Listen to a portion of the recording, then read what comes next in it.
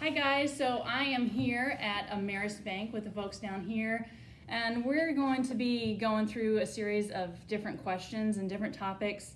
A lot of times people have a lot of questions when it comes to the mortgage side of real estate.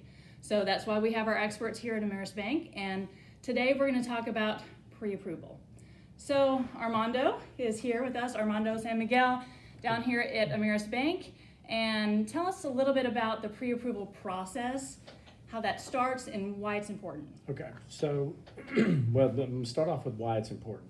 A couple of reasons. Number one, in this market, things are just flying off the shelf. So when a buyer goes, you go show a buyer a home, it's inevitable that one of those homes they're going to see, they're going to go, we need to put an offer in. Of course, you're going to say, well, we have to put an offer in because they're due by 5 o'clock or whatever it may be. It's inevitable that that happens. So people need to be ready to buy a house. I mean, if they're not ready to buy a house, it's almost like, why are we looking, right? It's because you can do that just online, look, right? But you get a borrower and a buyer to a house, it's inevitable they're going to want to put a bid, so you want to be ready right away to get your offer in first, first and foremost to them. So, and realistically, from the buyer nor you want to spend a lot of time on a house that somebody might not approve for, right?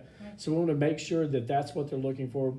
You don't want some sort of I call it bidder's remorse, not buyer's remorse, bidder's remorse. We're seeing more of that now where people, oh, let's go put a bid, and then you come back and go, oh, okay, now let's get pre-qualified, and you tell them the note, and they're like, I didn't think my note was going to be that high. Right? So we want to avoid all those things. Number one, be ready to put the purchase in. Number two, don't have bidder's remorse. Know what it is you're buying so that you know the box within you need to fit. Does that make sense? Yeah, absolutely. Okay. So tell us a little bit about the pre-approval process. A lot of times I think sometimes people get nervous or scared and think, oh, I don't want people running my credit. I don't want credit hits, that lowers my credit score, and I don't want to do that. I'm trying to buy a house. So tell us a little bit about, maybe some of the questions or concerns that you have a lot of buyers come in for. So there's two parts to the pre-approval process. It's really simple. And I tell people all the time, it's not any worse than if you go apply for a car loan. It's just more documentation. And obviously you're spending a lot more than if you're buying a car. So there's the credit aspect and there's the income aspect. So the credit aspect is when we fill out an application, we pull their credit, we're able to see their credit scores and their liabilities, which we're going to have to count in the debt ratio, okay? But the credit aspect tells us if they're approved at all, because there are certain guidelines for different loans of what your minimum credit score should be before you can qualify for that. Okay, so that's the first part. The application, credit, make sure their scores are sufficient, and then we pull in their liabilities, which are their monthly obligations, not total debt. We don't care about that. We care about the monthly payments, minimum payments they have to make. The second part is the income. The income, qualifying income, tells us how much they're qualified for. So credit, whether they're qualified or not, income, how much they're qualified for. It's a pretty simple step. If somebody's your W-2, I'm paid a salary of $100,000, end of story, right? But it gets a little more difficult when someone has to count commissions or bonus or overtime, or they're self-employed. Maybe they've got multiple companies, 2 or 3 LLCs. You've got income flowing in from different directions. It takes a little bit longer. So when it has to do with the pre-approval process, you really want the borrower to get pre-approved well ahead of time, because a W-2, a simple W-2 salary, or I just work 40 hours a week, we can have them pre-approved in 15 minutes. Okay.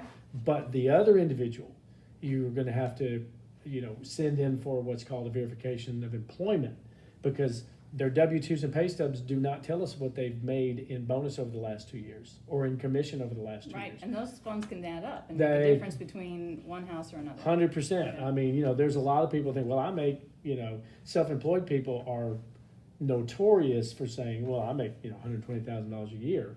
However, they don't tell you that when they file their taxes, they wrote off $60,000 of that in expenses for that business, which means you didn't make 120, you made 60. So when it comes to the pre-qualification part, that really, those two things, as simple as they are, the income is the component that could get complex, and you just can't do that in 15 minutes, because if we have to order a verification of employment, we have to go through HR. If they're not on the automated side, we go through HR, and now we're waiting on somebody else to give us the information that we need and that might not come back from 24 to 48 hours. Okay, great. So what do you suggest for buyers? Their first step, obviously, they can do this online, or do they need to give you a call, or they can kind of do a combination of both? Well, in today's technological world, obviously they can do it online. I mean, we have that technology. Everybody's getting to that point. So they can submit documents and do all everything, that. upload Great. documents, privacy, Yeah, okay. and all that kind of good. They can do that all online. We absolutely have no problem talking to people on the phone, doing applications over the phone, or meeting them in person. That we'll do whatever is comfortable for the client. It's just, especially with today's generation, right? They're all techie, and you tell them, hey, we'll meet you in person. Like, nah, I'll just do it online. Right, yeah. So exactly. So tell me, so you start that pre-approval process. Tell me, a lot of people are scared about that credit score, and you're checking their credit, and if that's going to negatively affect their score. So a couple things about credit. We get calls all the time with people saying my credit score is this because I checked it on FICO.com or Credit Karma or something like that. Then when they go to get a mortgage pull, the scores are lower. They don't understand why. So I'll clarify that for you and your folks now. The Credit Karma and the FICO.com and those type of scoring systems, those are consumer credit reports. In other words, if you were going to get a car or a credit card or something, that's a consumer credit report. It has a totally different scoring matrix than the mortgage credit report, okay? So what someone tells you on Credit Karma is not going to equal what it does on a mortgage pool. A mortgage credit pool is much more stringent on the way they score, which is why they're typically anywhere from 10 to 40 points lower than what they're seeing on Credit Karma. Okay, interesting. So that's important for you Yeah. to know. You have somebody, so if you hear somebody say, well, I've got a 650 on Credit Karma, chances are they're 610, right? 620 on a normal credit pool, mortgage pool. But sure enough, when you do a mortgage pool, it hits the score about 5 to 7 points. However, you have about a 10 business day window where you can have it pulled multiple times and only take one hit. Where people get into trouble is when they pull multiple times in 2 or 3 months, because each time after that 2-week window, you take another 5 to 7 point hit. Gotcha. So it's going to definitely hit their scores, but there's no way to tell the true score without pulling it. And if we have to help someone with credit repair, which we do, we give them a plan. We're not a credit repair company, but we will tell them what they need to do to get their scores up. There's no way for me to do that without looking at the actual credit report. Great. And a Credit Karma credit report doesn't work. Gotcha. The scoring matrix does. Yeah, that's really important for a lot of people to know, and I think that's something a lot of people don't know. They don't realize that there's a difference. They think, oh, I get my score through my bank or through Credit Karma, and so this is exactly what it is, but it's not exactly what it is what you're saying. Correct. Yeah. That's correct. Okay. Yeah, it's really important to know. So tell me a little bit about, from there, what's the next step? You guys issue a pre-approval letter, and that means they're kind of ready, good to go? That is correct, but keep in mind that we do not pre-approve people for a purchase price. Everything we do is in a percentage. So we approve them for a mortgage note. Gotcha. So I tell people all the time, I could have, I'll pre-qualify somebody and it will be an approximate $400,000 house, and they'll say, you mean I can't be approved for more than that? And I'll say, yeah, I can approve you for $1.5 million if you're bringing $1.1 million as a down payment, right? Okay. Because it's about the mortgage note, not the purchase price. So you have to be real careful with that. And that's affected by down payment, PMI, are there any HOA dues, et cetera, right? So someone that could buy a $400,000 single family residence with 5% down and no HOA won't be able to buy a $400,000 condominium downtown with a $450 HOA association. Right. You see what I mean? Yeah. So, but once we do that pre-qualification, we will tell that borrower, here's the note that you need to stay in, right? And if it's a single family residence, we can get it close. But if it's a condo, you're probably going to knock it down, depending on your HOA dues, $100,000 or $20,000, even $200,000 off the purchase price.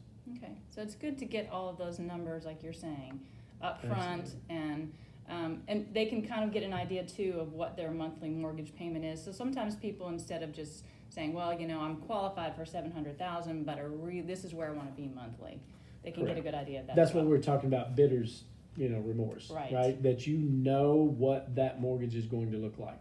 Because, we qualify somebody on a percentage ratio. So most loans want you to stay at 45% debt ratio max. That would include your mortgage and any of your other monthly mortgage payments.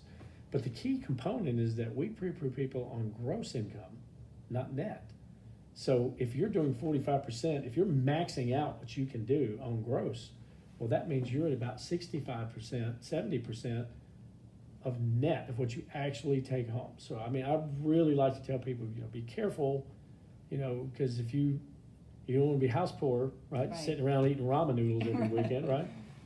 Right, yeah. So again, these are all really important information to get before you start that buying process. It's really easy. Obviously, I have a lot of buyers that get really excited, and they're excited. They're online looking at night, and they see a house they really love and they want to see it. And that's definitely something you can do, but you really want to, especially like you were saying in this market, be able to have your ducks in a row and know exactly what that looks like from a pre-approval process. Are we pre-approved? What that looks like from a mortgage process, as far as what that actually is going to look like every month, and that includes your taxes and your homeowner's insurance. So again, like you were saying, it's just really important to have all of those numbers before you get the excited, let's go look at all these houses. So it's good to have that all in place. Any other information that you wanted to share about kind of the pre-approval process, or how can they get that information from you? So we have online application, and so your clients, we usually send that directly to them. So, so if there's anybody that's inquiring, you just need to let me know what their email address is, and I can send them the link right away, along with the list of documents that we need initially. Now, there is a question that people say, well, in the beginning, we're really just looking at their credit and their income documents, but once they're in contract, there's a lot more documentation we need. Bank statements, driver's license, et cetera. And in today's market, because a lot of people are bidding over. So there are a lot of sellers that are requiring proof of their funds if they're bidding over. So that could be, just prepare for that. It depends. We're in a really hot seller's market. So until that cools down where it's a buyer's market, the sellers are making the demands, so Exactly. you just got to meet it. Exactly, good. So they can go to your website, they can give you a call, and I'll put all those links in the video below, so you can have direct links to that information if you want to. They could go to amerisbank.com. There's a button there for mortgage, and then you search for Tennessee, and then once you're in Tennessee, you search for either myself, Armando SanMiguel, or Taylor Brazel, or Curtis Gross, and then there's a direct link right on there. You just go straight there and fill out the app. Perfect, simple. Thanks so much for all your time. You're welcome. Again, this is great information. Again, just keep following my series and get as much information. My motto is being most informed gives you the best options. So again, thanks so much to Ameris Bank, and we'll talk to you soon. Perfect. How's that? Wonderful.